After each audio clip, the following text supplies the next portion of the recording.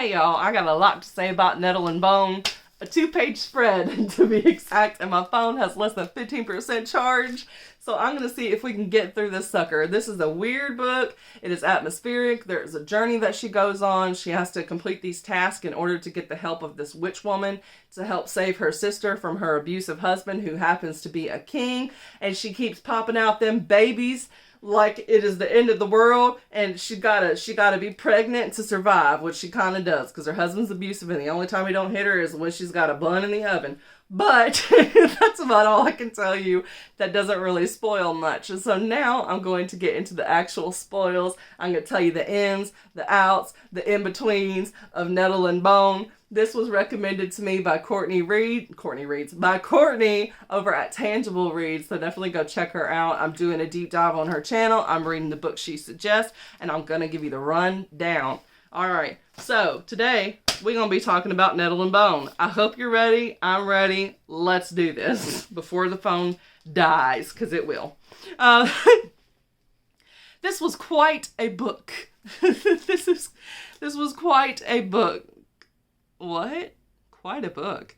Oh, this was a quest book where the character needed to complete 3 impossible tasks to get a witch to help her free her sister from her abusive husband. Her sister keeps trying to bear an heir in hopes he'll stop beating her. The only time he doesn't hit her is when she's pregnant, but pregnancy is killing her. The main girl frees a guy from the goblin market, and he helps her complete her quest.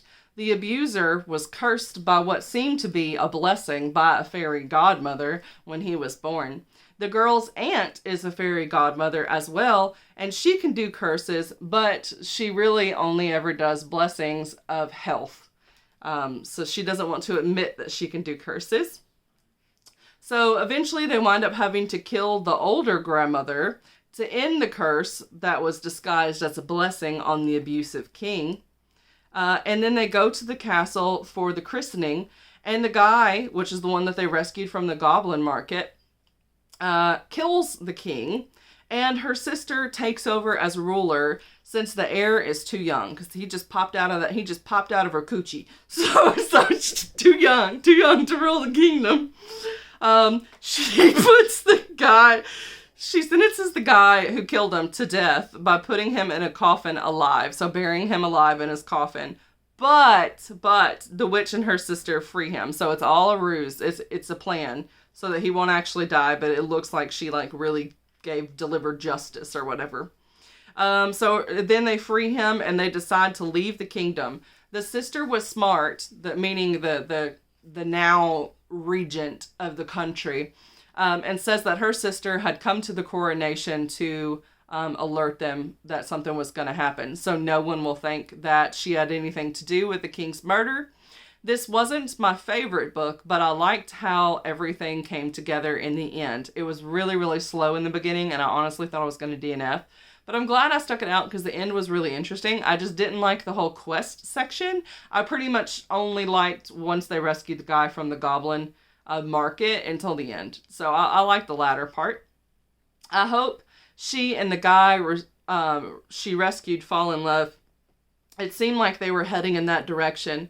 My favorite character was the fairy godmother aunt. She could only bless people with good health, but she could also curse them. But she never wanted to curse people. But her ability proved useful in the end. I also thought the witch was funny in a stoic, dry way. And the guy was so supportive and brave. He had no problem stabbing the guy. He didn't mind dying if it was for a good cause. And the girl was basically a nun who abandoned her safe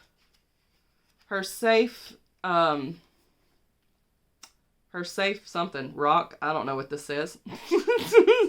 her safe spot to help her sister out of her dangerous one. Yeah, that's what it meant. It was a slow book, but I liked it well enough. And then I put that Courtney wrecked it. So yeah, we covered everything and it didn't die on me, and I did that in 4 minutes. This is why notebooks are helpful, because someone like me with ADD don't know how to stay on task. So if I just read it to y'all, it's quicker And hopefully this video was funny. I got a laugh out of when I said the he just popped out of the Gucci. Popped out of the coot. Anyways. I will see y'all in the next video. Thanks, Courtney, for recommending the book. I did have a good time. And yeah, the rest of y'all, like, subscribe, comment down below, share with your friends, tell them I'm a little bit, and I will see y'all in the next video. Maybe when I'm not this hyper. I don't know. I was just playing outside with my dog, which is why I still got my coat on. It was cold out there, and I got warmed up in here, and then I just went, whoo-hoo. And yeah, we're good. We're good. I'll see y'all in the next video. Bye!